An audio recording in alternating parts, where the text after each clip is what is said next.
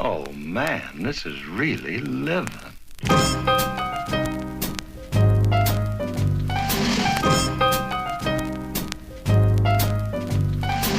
everybody, it's Tuesday, February 19th, 2019. Got new glasses. I don't know if I showed them to you. I also have a man bun now.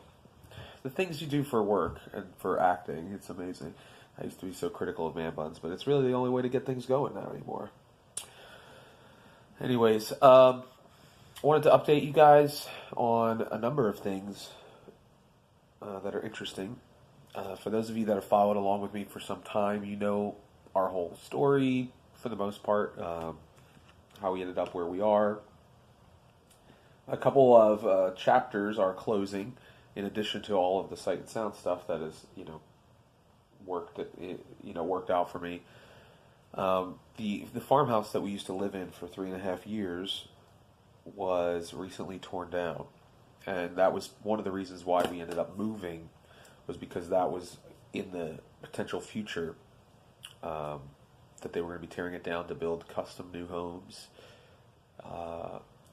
and we did not want to be displaced, so we decided to rent another place temporarily to position ourselves to buy, which is what we did. We lived in East Norriton for 1.5 years, from October 2015 to May 2017. And then we bought our house where we live now in Royersford, and that in May of 2017 we settled. So we've been here for almost 2 years, but to see that building no longer standing, and my wife and I went back and we took a look and we walked around. It's sobering, because all those memories, all those things, when the house is still there, you kind of wonder what, was it the right decision? We could have stayed for some time longer if we had just put up with the terrible conditions of the house, blah, blah, blah. So it's just kind of interesting, to go back there and see it all in rubble, essentially. And it's really bittersweet, because obviously we're in a position now that we only dreamed about when we lived in that farmhouse, but we had so many positive memories and experiences. And I would say that that's where that home we lived in from 2012 to 2015, there were some major changes in our life at that time. We started working in the church plant in Lansdale. Jamie went back to work, my wife. I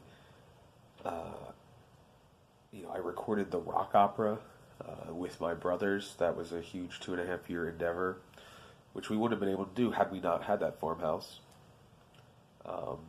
just because of the space and what it afforded us.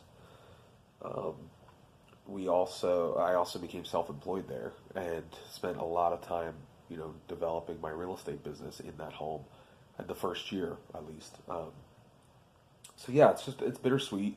We have a lot of videos and a lot of memories of our kids growing up in that house. But it's, in some ways, as I said, it's comforting to know that we made the right decision ultimately, because it was only going to get worse living there, and the ultimate plan was to tear it down. So we were not displaced. We were able to get into a position where we were in control. That was good.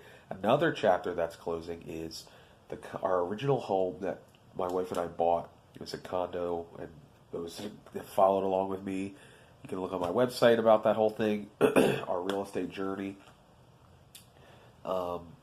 We actually found a friend, a partner, who is going to be taking over that property. We're going to be selling it to him, and just privately, we're going to be doing it, and the tenant will be able to stay, so it's not going to inconvenience them. And that's really going to help us from not only just a financial standpoint, to not be on the hook for repairs and things like that we really don't have the money to fix. I would rather that money go to fixing our house than the rental. But also, it'll help us from a state of mind, because we won't have that hanging over our heads, that at any moment we could get a phone call or a text or something like that about something going wrong. And that'll really help us, because we don't know what the future is going to hold, in terms of being at Sight and Sound, and a lot of those things. Also, another thing that's, I don't usually bring my wife's business into this, but my wife is going back to teaching full time. She was working in administration at the school that she teaches as the preschool director, but she has decided to go back to in the classroom. She's going to be teaching sixth grade, which is the grade she started teaching when I met her, and when she was right out of college. She taught sixth grade for 5 years. So it's kind of crazy how all this stuff is happening in this few month span, and the thing that kind of lit the match was the Sight and Sound thing. So all this stuff is starting to happen, and I just wanted to provide that update for you guys, because you have been supportive. You followed along with us, and who knows what the next chapter is going to be. We've got a few days or 2.5 weeks or so until the Jesus production reopens at Sight and Sound, and I'm excited about that. We've been rehearsing 6 days a week.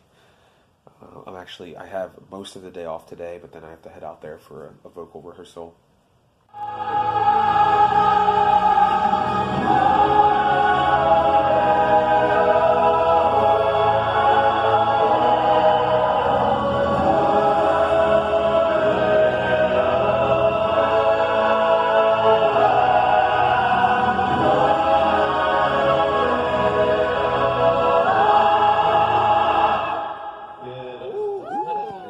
That's where we are, and I know I'm not looking at the camera. I keep looking at the screen. That's just a bad habit, and my phone doesn't have the ability to make it look like I'm looking at the camera when I stare at the screen. So anyways, hopefully I'll post this. I'll get around to editing all this stuff and giving you guys an update, because it's been some months since you've heard from us, know what's going on, and I want you to know that things are going well and progressing in a positive direction. So thanks again for your support, and I will talk to you guys soon. It is Friday night, February 22nd, 7:41 p.m. We just got let out about 25 minutes ago of a tech rehearsal for Jesus at Sight and Sound.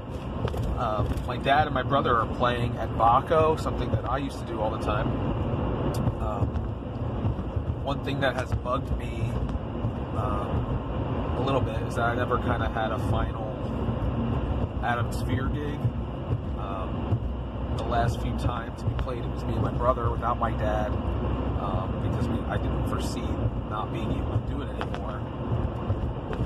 So that's kind of been nagging me a little bit, that I didn't get like a final swan song, as it were. And as you know, there's a lot of chapters that have closed as these new ones have opened up, and I figured I would try to stop over there. They're playing from 6:30 to 10 or 10:30. I should be able to get there around 8:30, roughly, just to stop in, maybe sing a song, and just kind of be able to have a memory of the final time that I did it. Because right now it's all a blur. I don't really have that final performance that I can remember, kind of putting that chapter to rest. I've been going back and forth. Should I go? Should I not? Should I go? I think I'm going to go. And even if it's just to enjoy, because I won't be able to do it once the show opens. And this is a random Friday night. My kids are at a laser tag event with my wife at church, and that's going to be a late night. They're not going to get home until like 10. So I'll just be sitting at home anyway, and it's not really that far out of the way. So that's what I'm going to do, and we'll see how it goes. All right, I'll talk to you later. Hey guys, I just arrived at Baco Italian Restaurant. Those of you that are loyal watchers of the Acting Realtor TV show have seen this place a lot, so it's kind of cool to come back. It's been months. I want to say six months plus. So can't really pinpoint it, but I'm going to head in and see how things are going. Maybe take some video of the performance. Bye.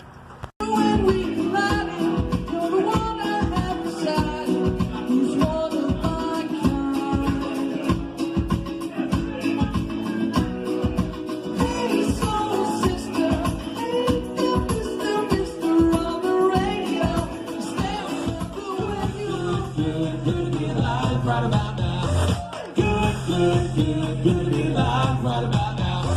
Let's move ya, let that place start move ya. May your praise be the sound of your feet upon the crowded area.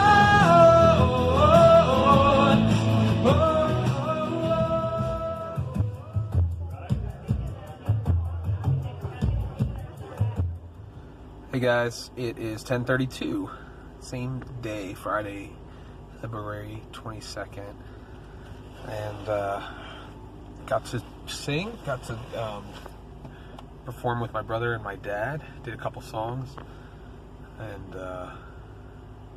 got to see some old friends. It's been crazy because of how things went with Sight and Sound. Everything happened. It was just nice to get back and kind of put some closure on that.